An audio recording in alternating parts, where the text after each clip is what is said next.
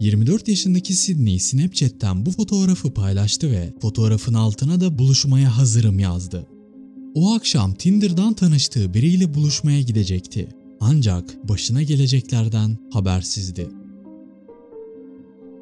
Sydney sabah işe gelmeyince arkadaşları neden işe gelmediğini sormak için onu aradı. Ancak hiçbir aramaya cevap vermedi.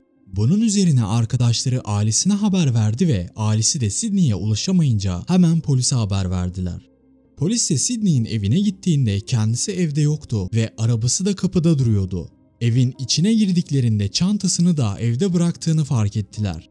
Ayrıca Sydney'in bir de kedisi vardı ve polisler kedinin çok aç olduğunu fark ettiler. Arkadaşlarının ifadesine göre kendisi asla sorumsuzluk yapmaz ve kedisini beslemeyi ihmal etmezdi. Sonrasında ise polis bir arama çalışması başlattı ve buna ailesiyle arkadaşları da katılarak her yeri aramaya başladılar. Bunlardan en önemlisi de sosyal medyaydı. Arkadaşları genellikle Facebook ve Snapchat uygulamaları kullandığından bahsetmişti. Sosyal medya hesapları kontrol edildiğinde altında buluşmaya hazırım yazan bir fotoğraf paylaştığı görülmüştü. Polisler bu durumu ailesine ve arkadaşlarına sorduğunda kimse onun kiminle buluşmuş olabileceğini bilmiyordu.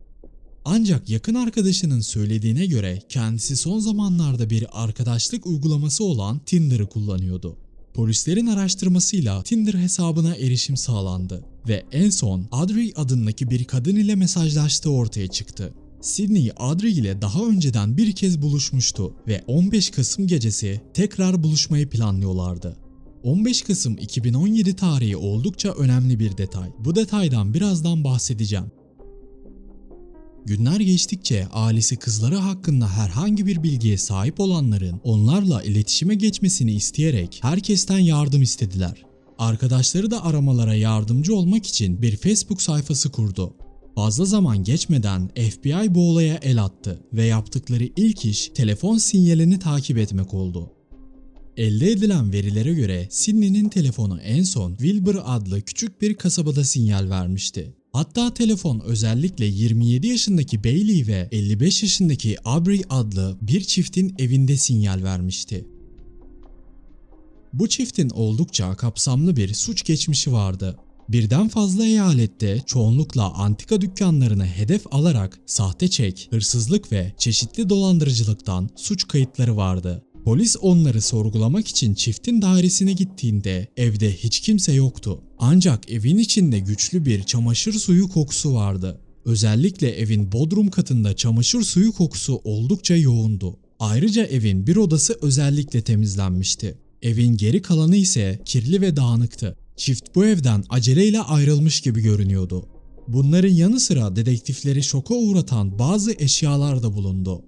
Bir koli bandı, bir sauna termal kıyafeti, plastik kelepçeler, bir naylon örtü ve bir de anatomi kitabı bulundu. Ayrıca çiftin bir evcil hayvanı olmamasına rağmen evde bir de tasma bulundu. Dedektiflerin aklına yaşanabilecek en kötü senaryo geldi ve bu çift için hemen bir arama emri çıkartıldı. Tüm medyada fotoğrafları yayınlandı ve isimleri her yere yayıldı. Çok zaman geçmeden ise Bailey ve Aubrey sosyal medyada ortaya çıktı. İkili sosyal medyada bir video yayınlayarak tamamen masum olduklarını söylediler. Bailey bu videoda Sydney ile buluştuklarında bazı şeyler içtiklerini ve sonrasında onu bir arkadaşının evine bıraktığını söyledi. Aubrey ise daha önceden bazı suçlar işlediklerini ancak Sydney ile bir alakalarının olmadıklarını söyledi. Kaçıp saklanmadıklarını ve medyanın onları servis etmesinden dolayı evlerine geri dönemeyeceklerini söylediler. Polis ise Bailey'nin video çekmek için elinde tutmuş olduğu telefonun sinyalini izledi ve hareketlerini birkaç eyalet boyunca takip etti.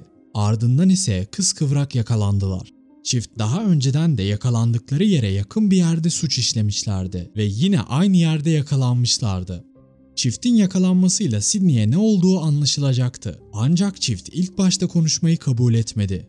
Neyse ki dedektiflerin ellerinde Bailey'nin telefonu vardı ve olayın yaşandığı günden yakalandıkları güne kadar telefon hareketlerini izlediler. Sinyallere göre kayıp haberinin geldiği gün yaşadıkları evden yaklaşık 320 kilometre uzaklıktaki bir kırsal alana gitmişlerdi. Dedektifler hemen yola çıktılar ve kırsal alana vardıklarında bir hendeğin içinde 13 ayrı çöp torbası buldular. O torbaların içinde ne olduğunu az çok tahmin edebilirsiniz. Sidney'nin kolundaki dövmeler karşılaştırıldı ve Sidney olduğu doğrulandı. Ardından ise Aubrey hemen itiraf etti. Sidney ile birlikte o gece yalnız olmadığını ve orada bulunan diğer kadınların Sidney ile yaşayacaklarını filme alması için $15.000 para teklif ettiğini söyledi. Ancak ilişki sırasında işin biraz kontrolden çıktığını ve bunu yanlışlıkla yaptığını söyledi. Daha sonrasında da paniklediği ve yakalanmamak istediği için kanıtları ortadan kaldırdığını itiraf etti. Tüm bunlar yaşanırken de Bailey'nin hiçbir şey yapmadığını, ancak çöp torbalarını o araziye götürürken ona yardım ettiğini ekledi. Bailey ise gece yarısı uyuyakaldığını söyledi. Tabii ki anlattıkları bu hikaye kanıtlarla uyuşmuyordu. İlk olarak Sidney'nin Bailey ile olan mesajlarında hiçbir zaman Aubrey'nin adı bile geçmemişti. Hatta herhangi bir başka birinden bile bahsetmemişti. Böylece Sidney bu buluşmanın sadece Bailey ile olacağına inanıyordu. Dedektifler ayrıca o gece o evde Sidney, Aubrey ve Bailey'nin dışında başka birinin olduğuna dair bir kanıt olmadığını söyledi. En önemli detaylardan biri ise bu görüntüler. O gece olanların daha önceden planlanan bir şey olduğunu bu görüntüler sayesinde anlıyoruz. 15 Kasım 2017 sabah saatlerinde Aubrey bir hırdavatçı mağazasına giriyor.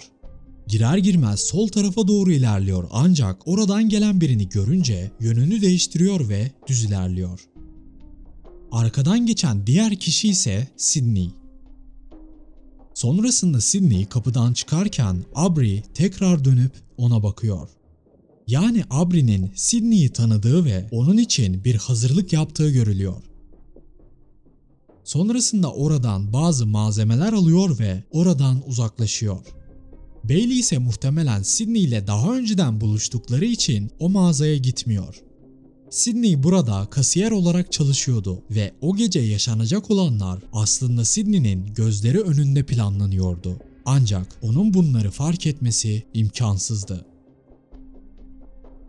Ardından ikisinin de yargı süreci başladı. Aubrey tüm suçları üstlendi ve Bailey'nin hiçbir suçu olmadığını söyledi. Savcılık ise 20'li yaşlarda 3 kadının ifadesini mahkemeye sundu. İfadelere göre Bailey, Sidney ile tanıştığı gibi Tinder uygulamasından bu kadınlarla tanıştığını ve bir sugar daddy'si olduğunu söyleyerek onları Aubrey ile tanıştırdığı söylendi. Kadınlar Aubrey'den pahalı giysiler, cep telefonları ve bakımları için haftalık olarak $150-200 bir ödenek aldıklarını söylemişlerdi. Böylece onlar da çiftin isteklerini yerine getiriyorlardı. Ancak bu istekler zaman geçtikçe bir kontrol mekanizmasına dönüştü. Onlara anne baba diye seslenmek ve her 3 saatte bir mesaj veya arama yoluyla ne yaptıklarına dair iletişime geçmeleri gibi bazı kurallar getirdiler. En garip olanı ise Aubrey uçmak gibi doğaüstü güçleri olduğunu iddia etmişti. Ayrıca Sidney'nin başına gelen şeyleri daha önceden başka birine yapmak istediğinden bahsetmişti. Kadınlar ise bu tuhaf istekler ve düşüncelerden sonra onlardan uzaklaşmışlardı. Ancak Sidney için aynı durum geçerli değildi. Raporlara göre Sidney rızaya dayalı hiçbir şey yaşamamıştı ve bulunan izler karşı koymaya çalıştığını doğruluyordu. 8 Haziran 2021'de mahkeme Aubrey için infaz cezası verdi. Bailey'nin duruşması ise 8 Kasım 2021'de sonuçlandı. Olay yerinde bulunan kanıtlar arasında DNA'sı da dahil olmak üzere çok fazla fiziksel kanıt vardı. Kendisi mahkemede ağlayarak bir kızı olduğunu ve en ağır cezayı almak istemediğini söyledi. Savcılığın karşı çıkmasına rağmen mahkeme ona ömür boyu hapis cezası verdi. Sidney yaşayacağı şeyleri öngöremezdi. Onun suçlu olduğu tek şey masum olmaktı.